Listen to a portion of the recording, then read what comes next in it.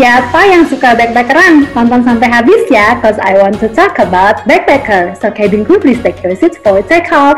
My guest today, Tri Septima. She's HR in e-commerce company. Hai Tris, apa kabar? Hai, Mbak Hana. Ih, parah. Tris, aku nih kepo nih, pengen tahu kan kamu suka backpackeran gitu ya. Nah itu pengalaman yang berkesan itu kemana? Terus kalau backpackeran tuh emang beneran kamu bawa-bawa ransel gitu, segana-gana itu? Gimana sih? Sebenarnya gini, kalau pertama kali backpacker itu tuh udah lama banget, Mbak, gitu ya. Mengawali diri sebagai seorang traveler gitu ya, itu udah lama banget. Waktu itu berdua, ingat lah sama temanku dari teman S2 dulu, si Anggi, kita sama-sama ke Makassar. Jadi memang dua cewek, muter-muter. Jadi pertama kita ngelilingin kotanya dulu, gitu ya. Jadi mulai dari kayak menjelajah event ya, kayak museum-museum yang ada di situ. Sama kita agak melipir sedikit gitu ya, nyebrang sedikit ke Pulau Samalona yang ada di situ. Itu juga bagus banget. Jadi perjalanannya pertama itu dulu. Terus abis itu kita baru deh agak jauh keluar dari Makassar, kita ke Pulau Bira. Nah, itu perjalanannya juga menarik banget karena kita melintasi waktu itu kayak 4 kabupaten kalau nggak salah ya. Dari Makassar ke sana itu berapa jam naik mobil darat. Itu seru banget sih. Itu transportasinya gimana? Transportasinya naik apa? Jadi gini, kebetulan kita punya teman orang lokal sana, gitu ya. Dia tuh salah satu driver di salah satu BUMN lah yang ada di sana, gitu. Nah, jadi ini funny story sih, karena kita kan sama-sama backgroundnya psikologi kan. Kita backgroundnya psikologi, waktu itu kita pernah dapat kerjaan lah kebetulan. Salah satu dari kita tuh dapat kerjaan di sana, kenalan gitu. Waktu itu dia jemput segala macam, terus habis itu kayak, yaudah deh mas, nanti kalau misalnya kita kesini lagi gitu ya, lo nemenin ya. Oh iya, oke mbak gitu. Ya udah bener. Jadi pada saat kita datang ke sana, dia beneran cuti, literally cuti, pakai mobilnya. Enggak sih, nggak pakai mobilnya dia. Jadi kita cuma bilang kita cuma berdua gitu ya. Terus tapi dia semua yang nyiapin. Dia semua yang nyiapin. Baik banget ya. Baik banget, parah gitu kan. Even kayak penginapan pun waktu itu tuh kita kayak di hostelnya si BUMN itu. Kalau itu kita tetap bayar. Harganya kalau nggak salah semalam cuma 150.000. Tapi kamarnya gede banget, Mbak. Literally kamarnya tuh gede banget. Ya kita kasih lah waktu itu ya itinerary-nya, kita mau berapa lama di sana, terus kapan kita ketemu sama dia gitu kan. Itu kita hari pertama memang dijemput sama dia terus langsung ke situ gitu kan. Tapi dia nggak nemenin kita dulu. Emang nih dasar dua cewek ini gitu ya, niat aja gitu. Akhirnya kita tuh seminggu waktu itu di Makassar itu. Hari pertama, hari kedua tuh kita muter sendiri. Literally cewek berdua ini muter sendiri aja, explore yang ada di Makassar sebelum kita ke Bira. What happened in Bira? Kita itu cuma stay sehari, tapi menyenangkannya adalah, Bira tuh cantik banget sih. Jadi kayak pantainya tuh tipikal yang pasirnya tuh pasir putih dan halus gitu ya, dan dia tuh landainya tuh panjang. Jadi kita masih bisa main-main tuh sampai agak jauh gitu. Dan ketika kita agak nyebrang sedikit pakai perahu gitu ya, itu ada kayak satu pulau, aku lupa namanya, kalau nggak salah Yukang. Di tengah itu kita bisa berenang sama kura-kura yang gede banget. Ada kayak lobster gitu, itu seru sih. Seru. Apa jangan-jangan lo ke Makassar ke Ramang-Ramang juga lagi yang di bukunya Kak Trinity? Oh iya dong, itu seru. Sebenarnya Kak, jadi kalau nanti ke Makassar ya, itu ada dua yang tipenya mirip, Ramang-Ramang sama Leang-Leang. Jadi gini, kalau Ramang-Ramang itu kan desa ya, dimana desanya tuh gede gitu ya, terus kayak lo harus naik perahu gitu, masuk menyusur sungai gitu kan ke dalam gitu. Tapi kan highlightnya adalah si pegunungan Kars Hitam itu kan. Ya, si pegunungan Kars Hitam itu yang keren banget gitu. Cuma kalau lo mau lihat mini versionnya, kalau misalnya lo nggak punya waktu banyak, lo perginya ke Leang-Leang. Jadi ada itu sama di sebelahnya lah. Konturnya sama, tapi bukan yang desa gede gitu. Jadi kalau di Leang-Leang nanti lo bisa kayak naik ke satu titik gitu ya, lo akan melihat kayak peninggalan purba itu loh. Oh. Ya, seingat gue lebih deket ke Layang-Layang dibanding Ramang-Ramang.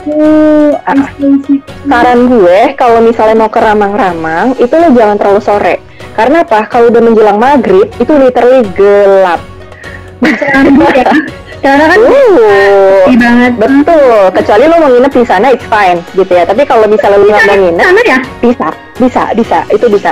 Di rumah penduduk atau gimana? Gue rumah penduduk ada, tapi ada penginapannya juga deh. Actually, what makes you are a backpacker ya? Yang emang dengan style bawa si ransel segana-gana itu atau gimana?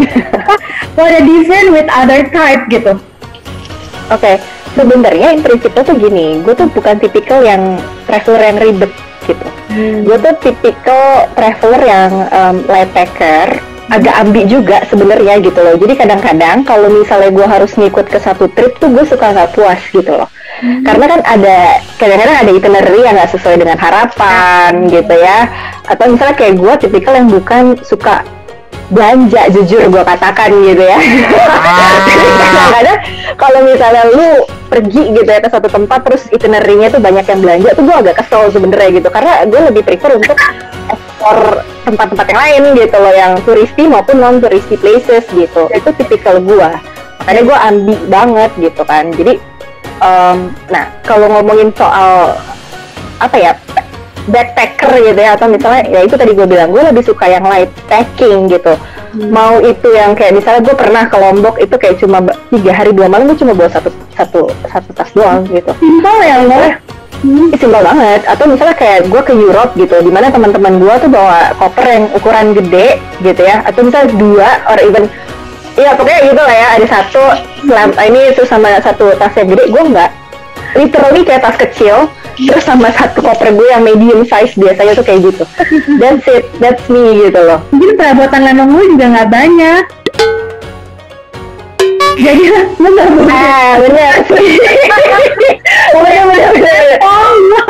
Kalau travelers, aku sama Tris ini ketemunya waktu trip pertama aku ke Europe. Nah, trip pertama Tris ke Europe juga yang di introduction channel aku kan ada cerita soal ke Paris tuh. Nah, itu my first Europe trip gitu. Nah, ini ketemunya Tris, makanya udah lama banget.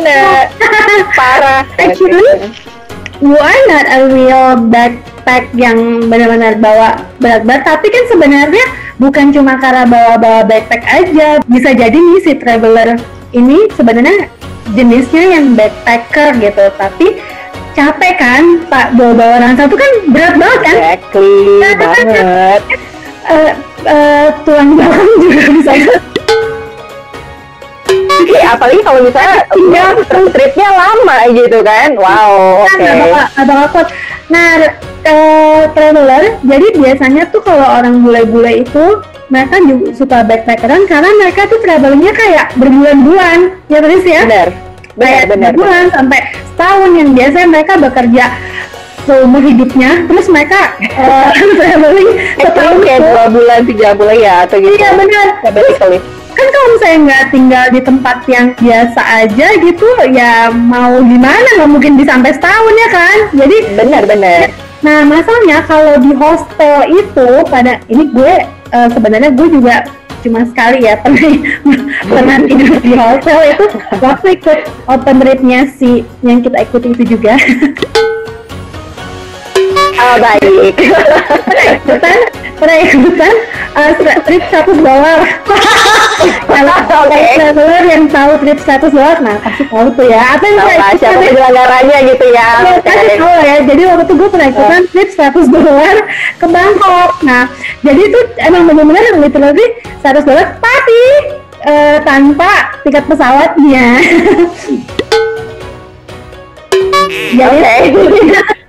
Jadi masih ada term and condition ya. Nah terus kita nginepnya di hostel. Nah itu pertama kali gue nginep di hostel ya itu doang pertama, dan gue sebenarnya nggak cocok gitu karena gue tipe orang yang harus ada privacy, apalagi kamar mandi. Gue nggak bisa sharing kamar mandi. iya kan? Bener banget. Nah, sedangkan kalau untuk backpacker itu, yang the real backpacker itu harus nginepnya di hostel. Kenapa mereka bawa si ransel itu? Karena kan nggak aman ya. Terus kalau misalnya naruh di hostel bisa digerayangin orang, itu bisa dicawil-cawil sama orang-orang. Jadi that's why kalau misalnya traveler yang suka lihat kayak bule-bule yang suka traveling pakai ransel segana-gana itu ya karena itu alasan, karena safety-nya gitu.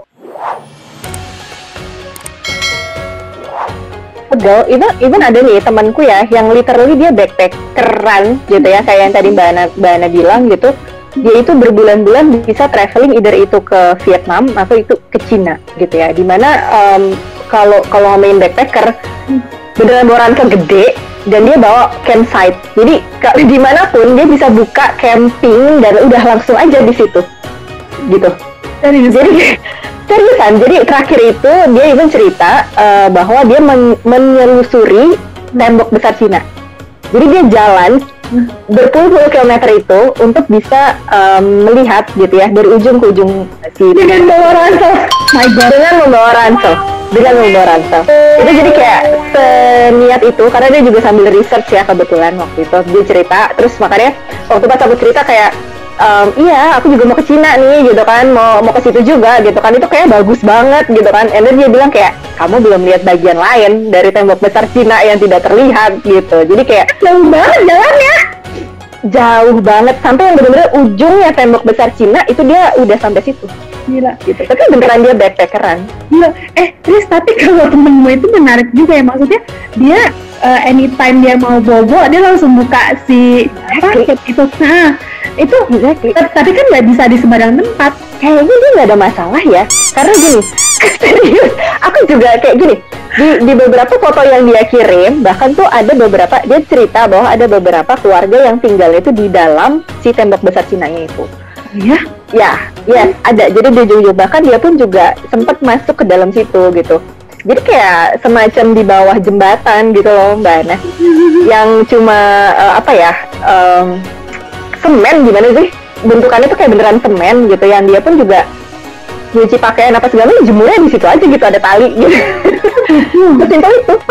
Jadi sesungguhnya ya traveler dan terus nggak mesti backpacker itu lo memang bawa pakai ransel, semuanya emang depend on your mindset aja gitu. Kalau memang mau yang backpackeran ya sebenarnya itu nggak terpaku harus bawa si ransel segana-gana itu ya intinya. Kalau menurut gue sih enggak sih Mbak gitu. Jadi makanya kalau ngomongin definisi si backpacker itu kan macam-macam ya gitu. Mungkin bagi sebagian orang tuh yang menjadi icon adalah si ranselnya gitu. Ya, dan kayak kalau misalnya gitu, kayak traveling susah ya kan? Gitu kan. Jadi tapi kalau ternyata dia hedon juga, misalnya dia nginep di hotel ya, kita kan juga nggak pernah tahu ya itu. Kalau gue bilang sih itu bukan backpacker gitu. Tapi esensinya backpacker tuh lebih ke arah bagaimana lo bisa memanfaatkan apa yang lo punya gitu ya, supaya itu tuh simple ketika lo traveling, dan juga budgetnya tuh juga ibaratnya gini, nggak nyiksa diri sendiri gitu loh, tapi lo masih bisa menikmati travelnya gitu. Ya. Kalau menurut gue gitu, jadi sebisa mungkin, makanya kalau gue pribadi pun sekarang jujur aja sih gue, karena memang gue juga agak picky gitu kalau misalnya lagi traveling, gue lebih prefer untuk ngatur tuh semuanya sendiri gitu. Jadi kayak bareng teman-teman gue gitu kan, biasa kita langsung yang itinerary ngatur sendiri, pesawat ngatur sendiri, semuanya tuh kita atur sendiri. Karena apa? Kita ingin memaintain budgetnya gitu, dan kita ingin memastikan bahwa itinerary yang kita buat itu memang sesuai dengan keinginan kita. Jadi sebenarnya Tris nih lebih kayak ke travel light gitu ya.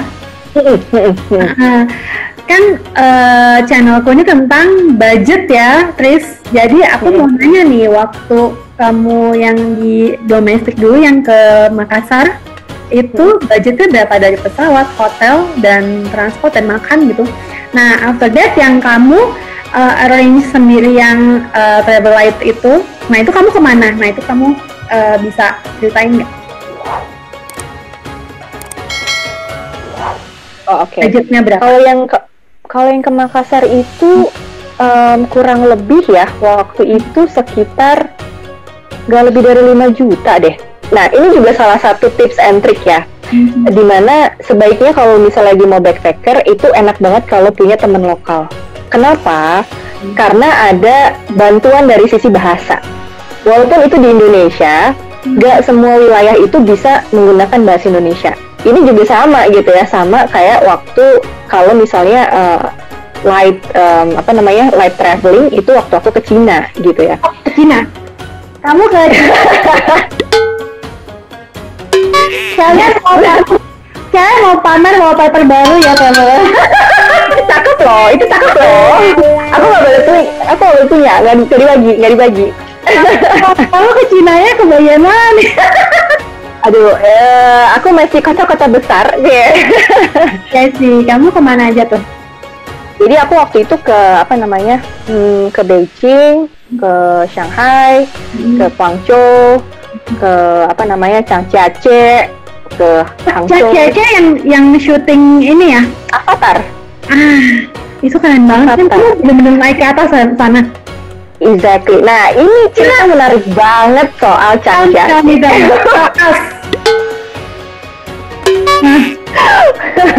Jadi gini, ini juga sama sih gilanya. Jadi itinerary kita itu sebenarnya kita berempat kita ke Cina ya. Cuma memang perjalanan awal itu bertiga, 2 cewek, 1 cowok gitu ya. Nah teman aku ini yang satu dia nggak mau ke Changjiace karena menurut dia pesawatnya agak mahal. Betul, pesawatnya agak mahal. Cuma pemikiran aku sama temanku kapan lagi? Udah ke Cina nih, jauh-jauh ke Cina gitu kan. Berapa? Waktu itu kita PP kalau nggak salah 2 jutaan deh. 2 jutaan, maksudnya kan itu kan antar kota ya. Gitu, waktu itu atau 2 atau 3 juta lah. Jadi itu lumayan ibaratnya membuat budget kita agak bengkak sebenarnya gitu. Tapi ya kan, kalau prinsip aku sama teman aku adalah kapan lagi kita bisa ke sana gitu kan. Dan itu cantik banget kan kalau dilihat dari foto-foto, bener kan gitu. Terus ya udah. Akhirnya kita berpisah nih, yang cowok ke Xi'an. Temanku yang cowok ke Xi'an karena dia mau ngeliat yang terakota. Oh iya, ya itu juga keren kan. Jadi dia mau lihat terakota, nah kita mau ngeliat si Changjiace itu gitu ya. Nah terus abis itu ya udah nih, pisah lah kita kan. Udah di hari keberapa kita pisah tuh. Pisah, cewek nih 2 nih. Sama ya, story-nya mirip-mirip kayak gimana. Emang gila sih. Jadi sampai sana itu udah sekitar jam 11 malam. Wah ya, di Cina cewek berdua, dan itu sepi banget. Ya kan, Changjiace kan bukan kayak Beijing, bukan kayak Shanghai gitu. Ya, jadi itu kayak bener-bener kita oke. Terus temanku orang Chinese, tapi dia bukan yang bisa bahasa Chinese gitu. Hanya yang little icon lah gitu ya. Tapi kan kadang-kadang dialeknya juga masih beda banget gitu. Sampai di sana kita bingung literally karena udah jam 11 malam gitu. Ini kita mau pakai taksi bandara atau apa nih gitu kan. Kita juga nyari-nyari gitu. Sampai akhirnya kita nanya sama satu cewek gitu, itu petugas bandaranya lah gitu. Tiba-tiba dipanggil lah teman-temannya gitu kan. Dipanggil lah teman-temannya, cowok semua tuh, kita dikerubungin gitu. Kayaknya sih itu kayak semacam taksi ini loh, kayak taksi gitu, tembakan. Iya. Bukan taksi yang inilah, taksi bandara gitu kan. Udah nih, jadi udah kita nego itu literally kayak pakai bahasa Tarsan. Jadi itu tuh udah jam 11 malam gitu kan. Terus dia bawa kalkulator gitu kan. Kita ngasih tunjuk kayak misalnya alamat kita di mana, karena kita semua ngeprint. Again, tips nomor 2 adalah kalau ke negara-negara yang bahasanya itu adalah bukan bahasa Inggris gitu ya, sebaiknya kalian print semuanya, itinerary-nya, hotelnya, alamatnya dengan bahasa lokal. Kalau waktu pas di Cina itu juga yang gue lakukan adalah gue itu download si WeChat. Itu sangat membantu. Kenapa? Ya emang WeChat ya? WeChat banget. Karena apa? Karena gini, WeChat itu punya sistem yang bisa langsung mentranslate. Jadi kayak misalnya gue ngetik pakai bahasa Inggris nih, gitu ya. Nanti dia akan translate pakai bahasa Cina. Tuh. Jadi gue tinggal nunjukin. Bisa kayak kita connect gitu kan. Oke, gue nge-add dia sebagai teman gue gitu kan. Nanti kita bisa conversation di situ aja. Sesimpel itu. Kita udah nego Tarsan segala macam, terus akhirnya udah deh. ketemulah angka tertentu gitu kan. Itu kalau nggak sih itu juga lumayan mahal ya, sekitar 500 atau 800 ribu gitu. Di mobil itu literally cuma satu orang supir yang tidak bisa bahasa Inggris sama sekali itu, dan kita berdua cewek di tengah kan duduk. Mobilnya kayak mobil kijang gitu lah Kak gitu. Keluar dari bandara literally gelap. Kiri kanan itu gelap ya. Jadi yang kebayang itu tuh kayak kita masuk ke dalam hutan yang lagi dibangun peradaban. Bayang nggak? Jadi kayak lagi dibuka jalan gede, dibangun tiang-tiang jembatan segala macam gitu, tapi itu gelap, nggak ada lampu sama sekali. Itu kurang lebih perjalanan 45 menit kita kayak gitu. Ya udah, kita cewek berdua. Serem banget kalau something happen in the middle of the road. Nggak ngerti. And you know what? Si bapak itu nawarin kita jeruk. Maksudnya baik kan? Maksudnya baik. Tapi kan Pato. Jadi dia nasi gitu kan, kayak ibaratnya kayak this is good gitulah ibaratnya gitu.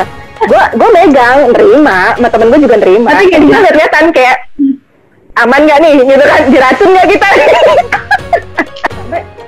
Sampai di tempatnya, dan itu kayak ya udah habis 45 menit itu baru ketemu tuh kayak perkotaannya lah ibaratnya gitu ya. Itu baru deh ada hotel-hotelnya apa segala macam tuh ada, baru kelihatan lampu di situ gitu. Nah di situ akhirnya kita diantar ke salah satu, kita nginep di hostel ya waktu itu.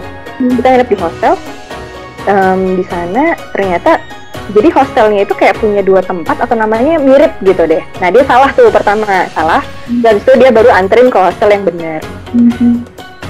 Itu juga aduh, pada saat malam kita udah nyampe, bookingan kita nggak ke-record Kak.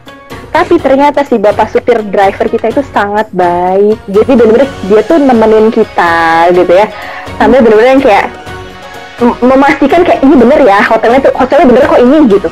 Dia sampai nungguin kita. Jadi nggak jahat ternyata. Dia nggak jahat. Gue aja itu. Coba saya hai dulu sama bapaknya, siapa tahu bapaknya lagi nonton channel. Hai Bapak, terima kasih loh. Tanpa ini. Aduh, apa gitu. Tapi memang pada saat kita check in, kita masuk ke kamarnya, kita happy banget karena kamarnya juga bagus banget gitu.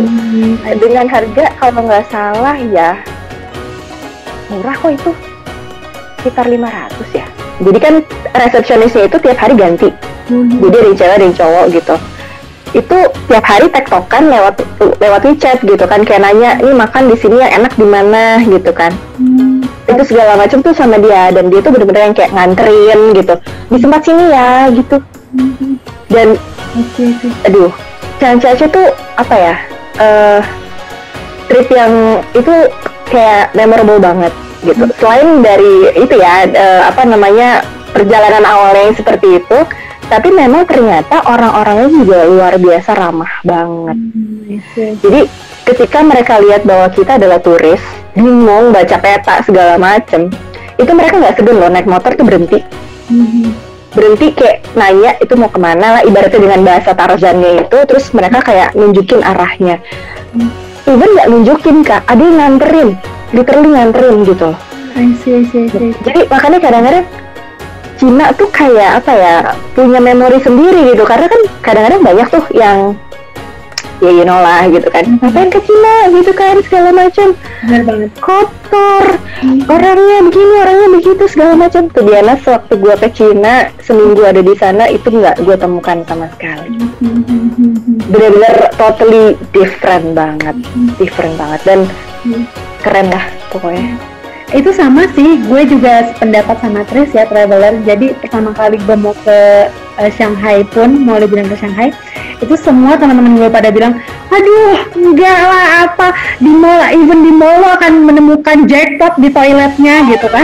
Nah itu gue sama sana tuh gue suka ya, maksudnya orang-orang China tuh kan, soalnya gue emang belajar bahasa Mandarin juga kan, jadi gue menggunakan bahasa Mandarin gue yang ala kadarnya itu nasi untuk ngomong sama si taxi driver gitu, itu mereka malah appreciate loh sama gue dengan omongan yang terbata-bata gitu. Terus mungkin mereka emang orangnya kan kayak seret gitu ya mukanya, yang orang Indonesia bilang itu jutek, tapi sebenarnya orangnya helpful loh. Dia ngasih tahu yang dia dan nggak sejorok yang orang-orang itu omongkan. Jadi makanya gue juga ngerasa China tuh oke loh. Itu kayak bener mind blowing banget sih, karena negaranya tuh maju banget. Satu itu maju, high tech banget. Bahkan gini, bahkan kalau misalnya berkunjung ke touristy spotnya atau misalnya ke daerah-daerah wisatanya, itu benar-benar udah terstruktur banget gitu loh. Banget. Rapih banget, literally rapi banget. Bener. Walaupun downside-nya adalah karena memang mereka udah terbiasa menggunakan WeChat, semuanya serba tersistem. Susah banget nyari ATM, Bu. Jadi harus bawa cash. Terutama di Changjiace, di mana di Changjiace itu masuk touristy spotnya itu lumayan mahal tiketnya, karena lo itu bisa explore. Gini, satu tempat itu di explore bisa seharian, Kak, karena gede banget. Gede. Sistemnya tuh kayak muterin. Jadi pertama kita muter, jadi itu di tengah kan, centernya gitu. Jadi kita pertama tuh masuk dulu, nanti baru ketemu tuh yang jejer-jejer tinggi-tinggi itu, bebatuan yang cantik-cantik itu di tengah. Nanti ketika kita keluar untuk ke exitnya, itu nanti baru naik kayak gondola turun ke bawah. Itu kalau bagus banget adalah kalau misalnya teman-teman nanti kalau ke sana itu pada saat sunset. Jadi nggak gelap banget, tapi itu cahayanya tuh udah meredup dan itu keren sih buat foto. Nah, waktu trip lo ke China itu berapa tuh budgetnya? Kalau itu karena gue agak lama ya, itu sekitar kalau misalnya 25 sampai 30 in total. Lu lama soalnya ya? Lama. Dan sebenarnya yang bikin jadi agak mahal itu kan karena gue kan pindah kotanya banyak. Nah, kecuali kayak misalnya lu stay di satu kota lama, ya it's fine gitu. Cuma akhirnya kan ada budget yang lebih tuh, dari lu harus beli pesawat atau misalnya kayak overnight train. Nah, yang kayak gitu-gitu itu lumayan budgetnya. Terus sebenarnya tuh untuk backpackeran ini ya, itu ada destinasi yang backpacker friendly atau semua negara tuh bisa ya? Gue sih nggak bilang semua negara bisa ya, apalagi untuk teman-teman yang baru pertama kali backpacker. Europe menurut gue itu juga bukan salah satu tempat yang bisa backpacker sendirian, terutama cewek. Sebagian negara Europe kan, ya lo juga tau lah Kak gitu, banyak imigran. Bukannya mendeskripsikan imigran, cuma nggak safe buat traveler yang backpacking. Kayak di Paris aja yang kayak waktu itu kita barengan itu kan, gue melihat dengan mata kepala gue sendiri gitu loh, bahwa teman kita itu udah hampir kehilangan recordingnya gitu loh, tape recordernya di depan gue, dan itu pun di Eiffel yang notabene tuh orang rame banget gitu loh, dan mereka TV-nya tuh juga pickpocketnya tuh sekeluarga. Iya. Dimana kayak ketahuan aja tuh kayak nggak ada rasa bersalah gitu loh. Jadi mereka jaringan sih. Nah itu dia, kan lebih ngeri kan. Apalagi misalnya kayak untuk yang teman-teman yang backpackerannya tuh pengennya sendiri gitu. Wah itu hati-hati deh.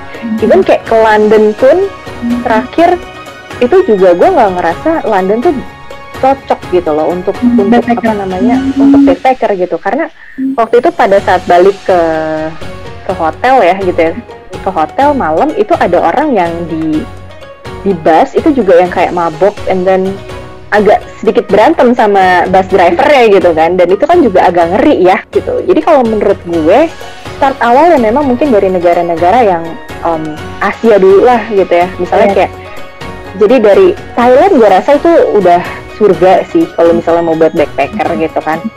Maksudnya dari sisi culture nggak beda jauh sama Indo, makanan pun juga oke, budgetnya juga secara kurs juga kurang lebih ya apple to apple lah gitu. Jadi I think itu bisa as a start lah kalau misalnya mau backpacker ke sana. Dan based on ceritanya Tris tadi ya China, coba aja. Alright, Tris makasih banyak ya infonya. It's already 20 minutes. Oh really? Yeah, fast. Pokoknya Traveler ini bermanfaat sekali, jadi harus nonton ya episode Backpacker ini. Please, thank you so much. Thank you for Sama-sama. Don't forget to listen my podcast and subscribe my YouTube channel 20 Minutes Travel with Hannah. Bye bye.